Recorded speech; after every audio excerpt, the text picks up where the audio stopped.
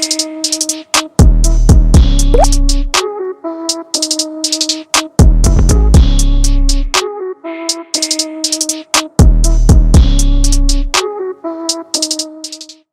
everyone, welcome to AvidMax Fly Tying Tuesdays. My name is Brady and today we're going to do a nice soft hackle hare's ear for you.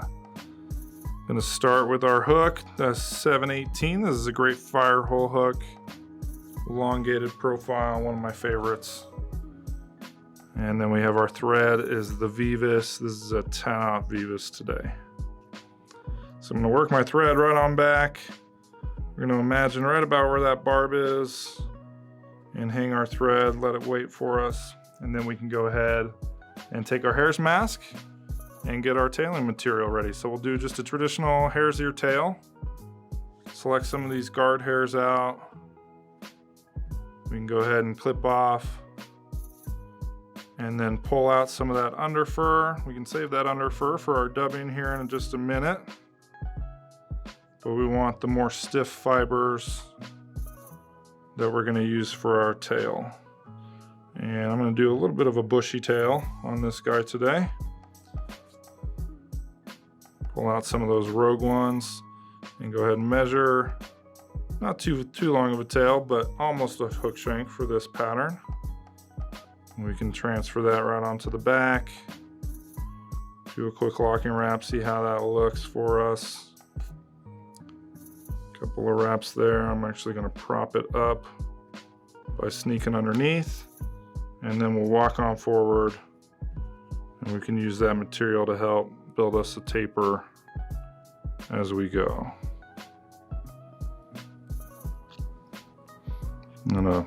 When I get up a little bit closer where I'm going to do some thorax work, I'm going to go ahead and sneak underneath to get that to go right on upwards so I can come back and clip it off. And then we can undo those wraps and then cover everything up nice and neat for our next bit of material, which is going to be just a little bit of French tinsel. I like the French tinsel. It's a nice durable material. It's a little bit thicker gauge than just a regular wire. Has some contrast to it, some character, and it kind of sticks out of that hare's ear once you wrap down over your dubbing. So I'm going to secure it on the hook shank and then just walk up and over it, keeping that consistent body profile, and right on back so that we can get some dubbing going. And that's going to come right off that hare's mask too. Went ahead and pulled some under fur out. I'm just going to blend it together real nice. And then we can shape it into a bit of a dubbing noodle here.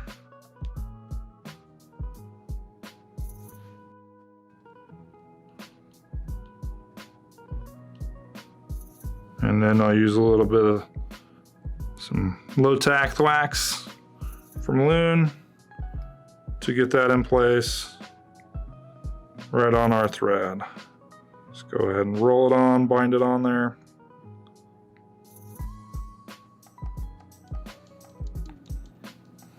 And then we'll work on it as we go.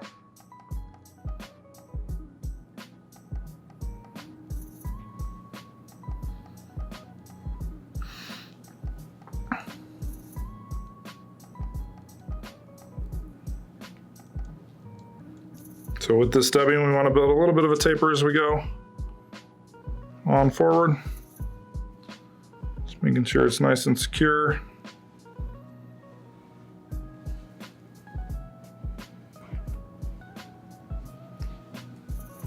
And a nice juicy hare's ear body.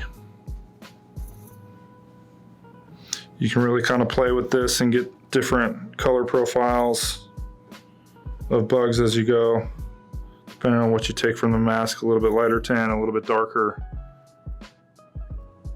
whatever you're looking for. And then we're going to leave ourselves some room right up front here. We'll bring that French tinsel around, just open wrap it forward, nice and snug into that hare's ear, getting that segmentation. to where our thread's waiting for us.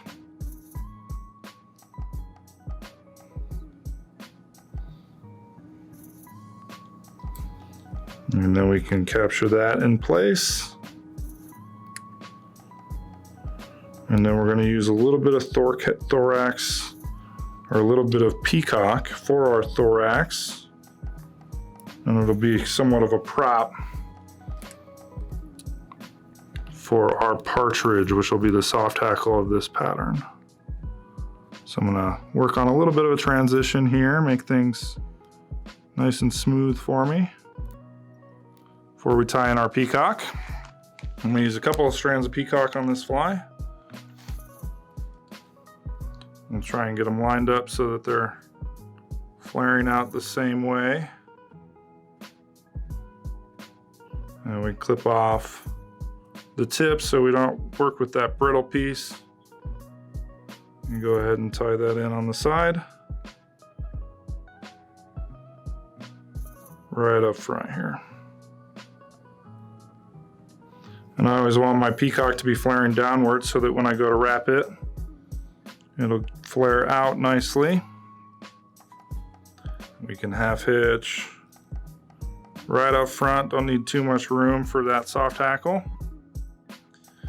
And then bring our peacock around. So we'll keep them together, do nice touching wraps, and then work on forward a few times.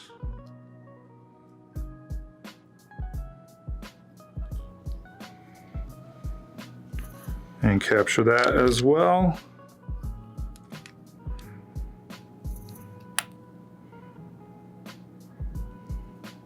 And leave ourselves just a little bit of room for that soft hackle. About that extra. Go ahead and select and pluck our partridge right off of our hide here, or skin rather.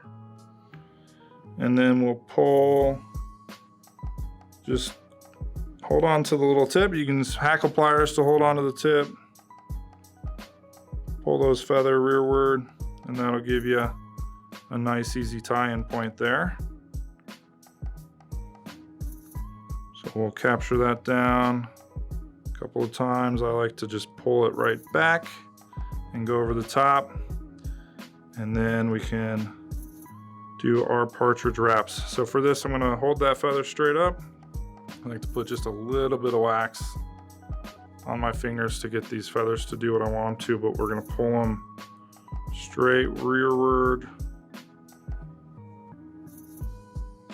so that they lay right over the back of the fly there. You can kind of hold it in place as you go. We're gonna do just a couple of wraps,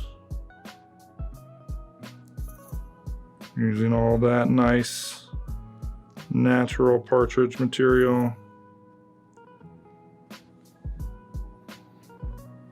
Right behind the eye till we have our bare stem.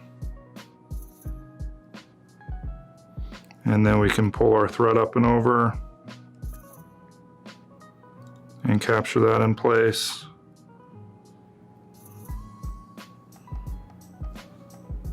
And then clip that little extra piece of leftover stem on out of the way. To get it to lay flat, you can kind of grease it back, walk just a couple of wraps right back on top of it, and then go ahead and whip finish over the top. Just a pretty simple soft hackle. If you haven't tied very many soft hackles, this is a good one to get you going. Definitely a fly you want to fish on the swing. So I can avoid trapping that in my whip finish. You can dead drift it as well, but it's going to be really effective if you let it go down on that swing. Just lift your rod tip up, let it dip on down, and get those nice tight line takes that are so appealing with a soft hackle fly.